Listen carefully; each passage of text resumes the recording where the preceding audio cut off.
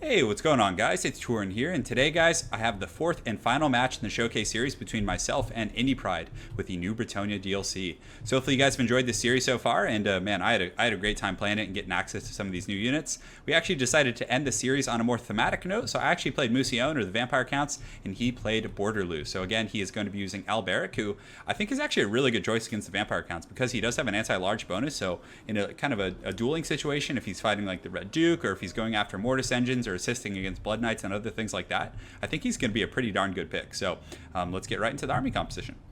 So in my front line, I have a front line of Graveguard mixed in, of course, with the Stearnsmen, who are just an outstanding pick. They do have an anti-infantry bonus and just have excellent stats across the board with 47 melee defense, whereas regular Graveguard actually, I think, only have 37, so a pretty big difference there. On top of that, I do have the Cloud of Nagash because, again, with New Bretonnia, they just have outstanding cav. You can see the Knights of the Realm, and I'm not sure if he brought Grail Knights this time, but it looks like he did. And these cav are just elite. They hit like trucks. So again, if he does come in and commit and try and take out my Mortis Engine with his cav, all of whom have anti-large bonuses now and magical damage, I wanted to really have that kind of slow to allow my Blood Knights and Cryptors and other units to really back them up. So the Claw of Nagash, I think, is definitely a pretty good pick. And, you know, at least from the games that we played, he didn't bring many missile units, if any at all. So I felt pretty safe actually bringing the Claw of Nagash and a Mortis Engine here. And again, even if he did have missile units, I did have a shielded front line, so I wasn't as concerned, but still, I think some missile units, I believe the Claw of Nagash, as well as the regular Mortis Engine, let's go ahead and take a look here, is sensitive to fire. So the new Bretonian missile units do have access to fire missiles, so I think that could be a pretty good pick here as well. But still, it does not look like he brought any this particular match. So in the front line, I do have Graveguard, Stearnsmen, all those bad boys. In the wings, I do have two Skeleton Spears. Again, Bretonnia's cav are a pretty serious threat now. You know, before Grail Knights and Knights of the Realm were kind of underwhelming, but now that they're, you know, pretty substantial and can hit like trucks, they have an anti-large bonus in that awesome lance formation. I think having Skeleton Spears against them is going to be pretty important. So, two Skeleton Spears over here.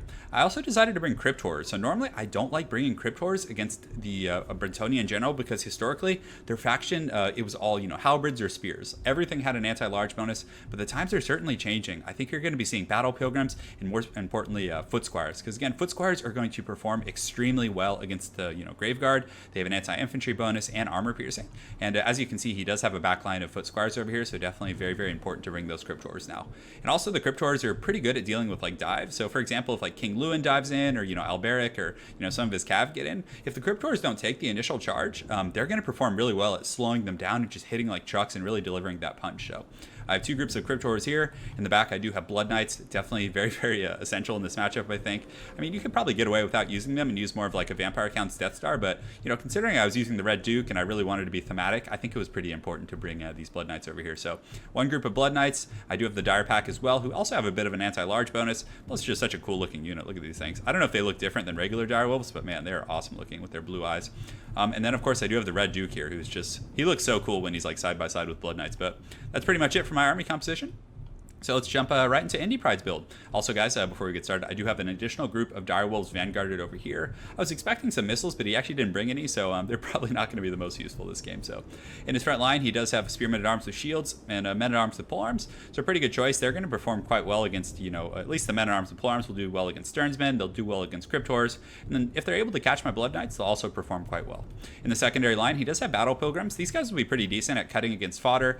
They do have the Frenzy, so they are immune to psychology, so hopefully they'll be pretty helpful against the zombie summons, and you know, will do their thing from there. So he does have a secondary line of Battle Pilgrims here. They'll do good at cutting through my skeletons as well. If he's able to, like, you know, get these Foot Squires on my Stearnsman and Graveguard in the front, and then get the Battle Pilgrims around the flanks, they'll also do pretty well against Cryptors, because again, Cryptors only have 30 armor, so kind of the quote-unquote high weapon damage, you know, for their cost on these Battle Pilgrims will do pretty decently against those guys. So in the back, of course, he has the true MVP of the New Bretonnia, the Foot Squires. These guys are just absolute beasts. Is this? Oh, I thought that was an anti-large, but no, it is a bonus for his infantry, as I've told you guys in the other replays. Just a great unit. They'll do very well against Stearnsmen, so you can see he has one group here, one group here. He does have some Men-at-Arms with polearms in the back, who, again, I think are great against Bretonnia, or not against Bretonnia, but are great against the Vampire Counts.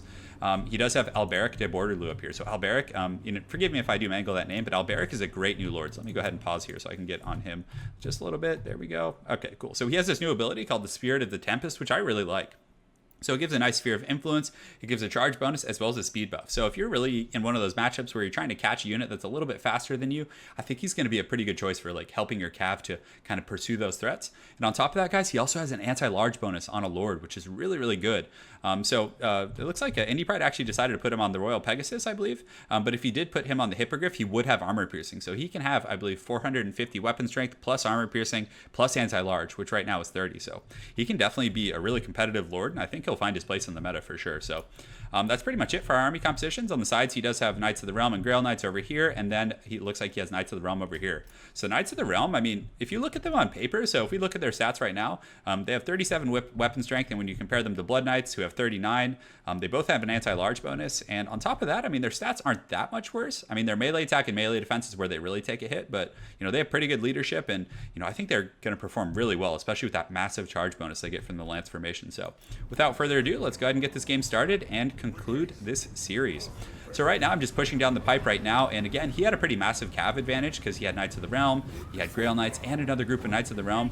On top of that, he does have Alberic, so I really just was kind of keeping my Blood Knights high and tight, keeping my Dire Pack near my army, because again, I knew I would probably need the help of my Skeleton Spears as well as these Crypt Horrors. So again, Bretonnia is very, very scary right now. So I actually thought about getting these Direwolves right now and just pathing into these guys, locking them in combat, and then coming over and sandwiching them with the Blood Knights. But again, he did have some spears nearby and was very keen and looking out for those type of things. So very, very well played there. But in the front line, I knew it was very important to keep that Claw of Nagash alive because it's going to do pretty well against the Men-at-Arms and the Foot Squires and other units like that. So you can see I'm just kind of putting my infantry line in, trying to keep them relatively close to one another because again, you want the Mortis Engine to hit all of those troops. So what I do is I push my main formation forward right here, and then I form kind of a battle flank, well, not a battle flank, but I form a kind of a formation here with the Skeleton Spears to zone out his cav over here. So you can see the Direwolves coming out from the forest over here, but unfortunately he does have some Foot Squires and other troops here that can support, so the Direwolves definitely aren't going to be as useful here. So he does land Alberic in here with his anti-large and gets a nice burst of damage on that Claw of Nagash. That anti-large bonus, proving to be pretty efficient here, but I immediately pull the Crypt Horrors in, who are very, very good at actually guarding these type of units, and they're doing some pretty substantial damage to Alberic already, and then I'm able to pull the Mortis Engine back before it takes much more damage. So over here, my Skeleton Spears were engaged by some Men-at-Arms with Polearms, which isn't a bad situation for me, and you can see the Blood Knights are kind of just sitting and waiting. I was kind of just wanted to see what he was going to do with his Knights and see where he wanted to engage. So over here, we're going to get an engagement with the Knights of the Realm, and so you can see the Dire Pack is going to come in and actually do a little bit of a charge break there, so they're going to get in there, but still you can see they're just getting lanced up. But then also the Blood Knights are going to come in and countercharge here, so definitely a pretty good engagement, but a lot of his troops and Knights over here did kind of get wrapped up by the Dire Pack, so that was a pretty good situation. Also on top of that, I do have the Red Duke over here. And the Red Duke is just an absolute beast. And one of the best strategies I found in competitive ladder is when you have the Red Duke and there's a cav engagement like this, immediately summon zombies on this back area right here, and it will just be absolutely punishing. It really traps those Knights and just will lead to a lot of kills at the end of the day. So over here, the Blood Knights are down to 40 models, but the Knights of the Realm are just getting punished by these guys. But the Grail Knights are coming, but thankfully they were able to get zoned out by those zombies, which was pretty clutch there. You can see my Crypt Horrors, I'm being very conservative with them. I knew this Claw of Nagash was extremely important to winning this atrocious battle versus the Foot Squires, who are just very, very good now. So I decided to keep them there, and you can see Alberic coming in again, getting a nice little charge, but not getting as much damage. So right now, my Blood Knights, they do have Van Hell's Dance Macabre. They come in, and they're going to get a great surround here in just a second if he doesn't get out. So he does get poisoned. His speed is down to 66, but thankfully he's close enough to his own troops that he's most likely going to be able to push out of there. And you can see the Spears continuing to just sit here and zone out these Knights of the Realm while that Mortis Engine just continues to drain. But it's not as bad as it used to be, simply because the Damsel with the Lore of Life has just been constantly healing his front line. So you can see he does have these Foot Squires and Auxiliary over here. Over here, his Foot Squires are in Battle Pilgrims. The Battle Pilgrims aren't going to perform that well against the armor of the Graveguard, but he does, I believe, have some Foot Squires over here. So on this flank, he's doing okay. But the Graveguard actually seem pretty resilient because, again, they do have 38 weapon strength, and something that they have, that a lot of the Dwarf Infantry don't have, is the Graveguard have that same bonus versus infantry. So that's going to be pretty nice here, and they're able to trade, significantly better against these Foot Squires, but still, you can see the Foot Squires are actually, out-trading them a little bit, I would say. So over here in the main battle, you can see the Crypt Horrors continuing to sit on guard duty, and the Blood Knights are just on the hunt right now. So these Men-at-Arms at Polearms, unfortunately, kind of got in the way of me pursuing the Grail Knights, or excuse me, the Knights of the Realm here. But we were able to do some pretty substantial damage, and with the Invocation of Nehek, we're able to keep these Blood Knights in pretty good shape, and kind of, not necessarily out-trade, but, sustain with him, because again, that Grail Relique is keeping a lot of these troops that normally would have routed against Undead by now, most likely. And also, you can see these guys are in pretty good shape. These Foot Squires over here are also in great shape, so definitely a testament to the power of the Lore of Life. over here, I was really trying to catch these Grail Knights, so we get a pretty decent little charge here. Didn't seem the Grail Knights were fully prepared with that, and also the Dire Pack coming in, with their anti-large bonus is definitely going to be very good at just kind of wearing these guys down. But, the Grail Knights don't take any losses off that initial charge, and it looks like my Blood Knights took a pretty substantial beating there. I believe they were at 40 or 41 models there, but again, the Red Duke is always going to stick with his Blood Knights, and he does summon zombies back here. So the zombies are going to come up from the ground, they're going to surround these guys and make escaping much, much harder for these Grail Knights. And again, the Grail Knights will, waste a lot of their attacks here, but despite that, they're still confident. Let's go ahead and take a look at the leadership breakdown here. So currently, they do get negative 14 for being attacked in the rear, so that's a pretty big debuff on those zombies. But still, Grail Knights are, the creme de la creme. And I believe they do have Living Saints. So if you guys look in the tooltip here, Living Saints means they never suffer from Vigor. So they're going to be fresh the entire battle, which is pretty huge. They're not going to take any of those penalties that, other units normally would. So still, they're getting surrounded. They're starting to take losses now. They're down to steady. And the Blood Knights here, they do have the Red Fury getting them the armor piercing. Also, it gives them Vigor now. I don't know if that was there before, but it does give them a charge bonus, which isn't as important. But still, they're starting to go down, which is great. And also, he's been using most of his healing in the front line, so his cav have been getting punished a little bit by those Blood Knights, but still using these Cryptors to just kind of follow around Alberic. You guys have probably noticed they barely have any kills. They have 11 and 8 kills respectively, and that's simply because I've just been using them on guard duty. But still, some of my Graveguard over here have been taking quite a beating, and these Foot Squires over here, you can see they're trading pretty well with these Graveguard, pretty evenly for the most part, so not a bad situation at all. Some of these Battle Pilgrims were able to sneak around because, again, he did collapse my flank over there, relatively speaking, but again, he's just going all in on this Mortis Engine, understanding that it is a pretty massive threat, and if he's not able to kill it, it's simply going to rout off and, deal with most of the infantry that he has left. So Alberic does come in here, definitely being a brave Bretonnian and getting supported by some of his Knights of the Realm here, but still, these Blood Knights and Cryptors and that slow is so nice for just allowing your units to catch up.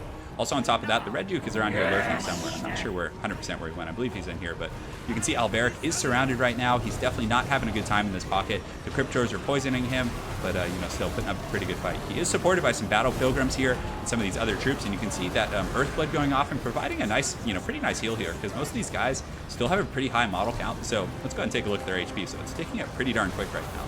Definitely mitigating a lot of the damage that those Cryptors are doing. But my Blood Knights are in pretty bad shape, and he gets a great rear charge with those Knights of the Realm and Grail Knights here. And, I'm down to 17 models, but I do get an upgraded Invocation of Nahek here. I'm just kind of forming a battle line around that Claw of Nagash, just using those Cryptors to protect it. Also a nice zombie summon right here is able to shatter those guys. And Alberic actually was taken down in the blob by the Red Duke and some of these other guys. So, the Duke definitely good, and I actually didn't get a chance to show you guys there, but I did use El Sif, which is definitely quite nice at finishing off enemy lords. So it was a pretty fun battle, definitely very well played to Indypride. It was a lot of fun seeing the Blood Knights fight against Grail Knights, and the Blood Knights actually performed pretty well. Granted, they did have the support of zombie summons as well as the Dire Pack kind of mixed in with them, but still, pretty good stuff there. And, again, if you guys do run into kind of the, I guess you would call it the Bretonnian Death Star, I think the Claw of Nagash is going to be a pretty good pick. But, as the meta evolves, Bretonnian players against vampire counts will probably start being able to bring, the peasants with the flame attacks, because they would have been able to cut down the Cryptors, they would have been able to cut down the Claw of Nagash, all kinds of things like that. Still, they will be subject to zombie spam, but again, I think with Bretonnia's new Cav Force and Air Force, you can just shut down the vampire zombie spam, not shut it down completely, but mitigate it in many ways, and they won't be able to get back to your back line, freely to summon anymore, because again, you can either have a very dominant Air Force or a very dominant Cav Force, and you can kind of dictate the pace of the battle. You guys probably saw there in many ways, I was having to play pretty defensively. I had to form my shield wall with my skeletons and just kind of fight tight in the pocket to protect that Claw of Nagash. But still very well played to Indypride. We're both certainly learning the meta. As you guys saw in the Dwarf game and some of those other games, you definitely need to bring armor piercing against Bretonnia. Cryptors definitely performed pretty well. They didn't take a lot of damage, were very helpful against the enemy lord, and also did well against Foot Squires when they were fighting there. So again, very well played. Hope you guys enjoyed that series. Definitely will do my best to bring you guys some more showcase matches like that. It was a lot of fun. Thanks again to everyone for joining and watching, and of course thanks again to Creative Assembly for shooting us the keys. So I hope you all have an excellent weekend, and we will see you soon.